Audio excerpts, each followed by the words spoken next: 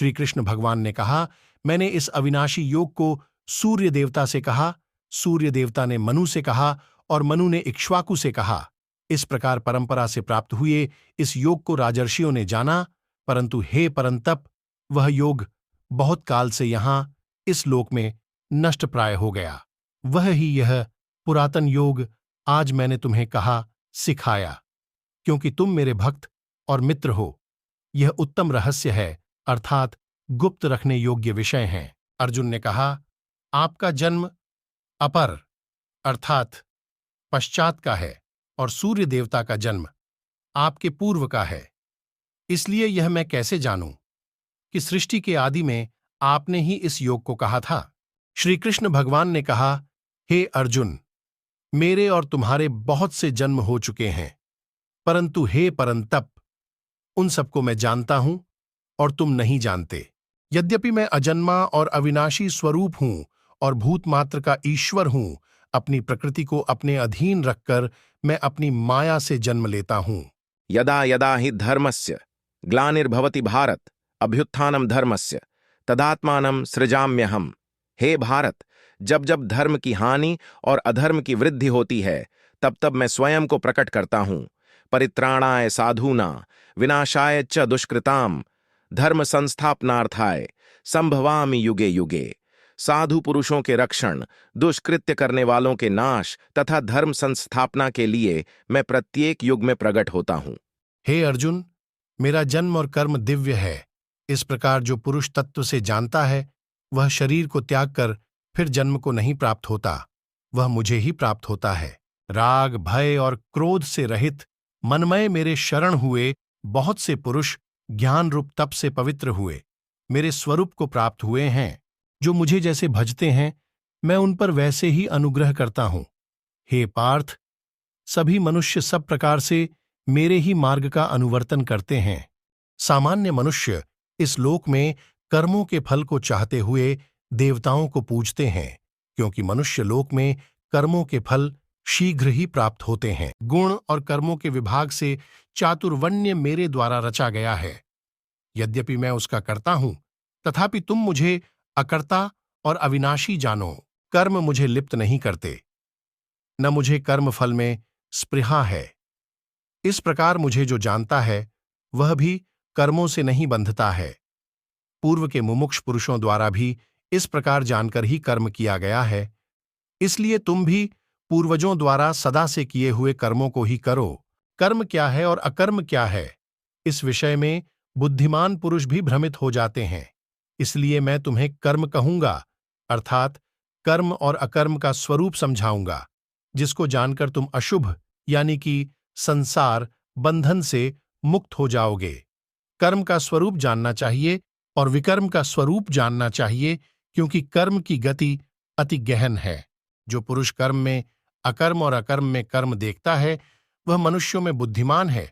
वह योगी संपूर्ण कर्मों को करने वाला है, जिसके समस्त कार्य कामना और संकल्प से रहित है। ऐसे उस ज्ञान रूप अग्नि के द्वारा भस्म हुए कर्मों वाले पुरुष को ज्ञानी जन पंडित कहते हैं। जो पुरुष कर्मफलासक्ति को त्याग कर नित्य तृप्त और सब आश्रयों से रहित है, वह कर्म में प्रवृत्त होते हुए भी वास्तव में कुछ भी नहीं करता है। जो आशा रहित है तथा जिसने चित्त और आत्मा शरीर को संयमित किया है, जिसने सब परिग्रहों का त्याग किया है, ऐसा पुरुष शारीरिक कर्म करते हुए भी पाप को नहीं प्राप्त होता है। अपने आप जो कुछ प्राप्त हो, उसमें ही संतुष्ट रहने वाला, द्वंद्वों से अतीत तथा मत्सर से रहित, सिद्धि व असिद्धि में संभव वाला पुरुष कर्म करके भी नहीं बंधता है। जो आसक्ति रहित और मुक्त है, जिसका चित्त ज्ञान में स्थित है, यज्ञ के लिए आचरण करने वाले ऐसे पुरुष के समस्त कर्म लीन हो जाते हैं।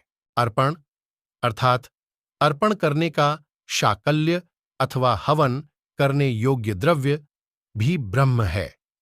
ब्रह्मरूप अग्नि में ब्रह्मरूप कर्ता के द्वारा जो हवन किया गया है, वह भी ब्रह्म ही है। इस प्रकार ब्रह्मरूप कर्म में समाधिस्थ पुरुष का गंतव्य भी ब्रह्म ही है। कोई योगीजन देवताओं के पूजन रूप यज्ञ को ही करते हैं और दूसरे ज्ञानीजन ब्रह्मरूप अग्नि में यज्ञ के द्वारा यज्ञ को हवन करते हैं। अन्य योगीजन श्रोत्रादिक सब इंद्रियों को संयम रूप अग्नि में हवन करते हैं और अन्य लोग शब्दादिक विषयों को इंद्रिय रूप अग्नि में हवन करते हैं। दूसरे योगीजन संपूर्ण इंद्रियों के तथा प्राणों के कर्मों को ज्ञान से प्रकाशित आत्म संयम योग रूप अग्नि में हवन करते हैं। कुछ साधक द्रव्य यज्ञ, तप यज्ञ और योग यज्ञ करने वाले होते हैं और दूसरे कठिन व्रत करने वाले स्वाध्याय और ज्ञान यज्ञ करने वाले योगीजन होते हैं। अन्य योगीजन अपान वायु में प्राण वायु को हवन करते हैं तथा प्राण में अपान की आहुति देते हैं। प्राण और अपान की गति को रोककर वे प्राणायाम के ही समलक्ष्य समझने वाले होते हैं। दूसरे नियमित आहार करने वाले साधकजन प्राणों को प्राणों में हवन करते हैं। ये सभी यज्ञ को जानने वाले हैं जिनके पाप यज्ञ के द्वारा नष्ट हो चुके हैं।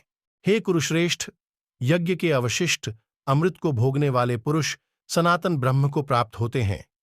यज्ञ रहित पुरुष को यह लोक भी नहीं मिलता, फिर परलोक कैसे मिलेगा? ऐसे अनेक प्रकार के यज्ञों का ब्रह्मा के मुख अर्थात वेदों में प्रसार है, अर्थात वर्णित है। उन सबको कर्मों से उत्पन्न हुए जानो।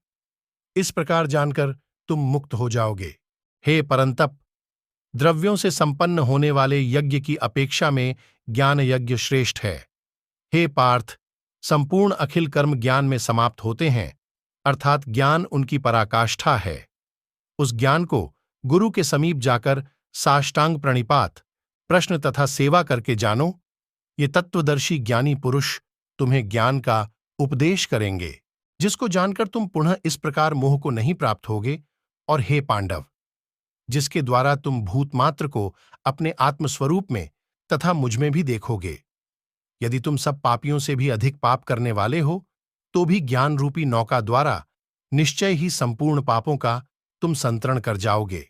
जैसे प्रज्वलित अग्नि ईंधन को भस्मसात कर देती है, वैसे ही हे अर्जुन, ज्ञान रूपी अग्नि संपूर्ण कर्मों को भस्मसात कर देती है। इस लोक में ज्ञान के समान पवित्र करने वाला निसंदेह कुछ भी नहीं है। योग में संसिद्ध पुरुष स्वयं ही उसे उचित काल में आत्मा में प्राप्त करता है। श्रद्धावान, तत्पर और जितेंद्रिय पुरुष ज्ञान प्राप्त करता है। ज्ञान को प्राप्त करके शीघ्र ही वह परम शांति को प्राप्त होता है। अज्ञानी तथा श्रद्धारहित और संशय युक्त पुरुष नष्ट हो जाता है। उनमें भी संशयी पुरुष के लिए न यह लोक है, न परलोक और न सुख। जिसने योग द्वारा कर्मों का संन्यास किया है, ज्ञान द्वारा जिसके संशय नष्ट हो गए हैं, ऐसे आत्मवान पुरुष को हे धनंजय, कर्म नहीं बांधते हैं। इसलिए अपने हृदय में स्थित अज्ञान से उत्पन्न आत्मविषयक संशय को ज्ञान खड्ग से काटकर हे भारत, योग का आश्रय लेकर खड़े हो जाओ।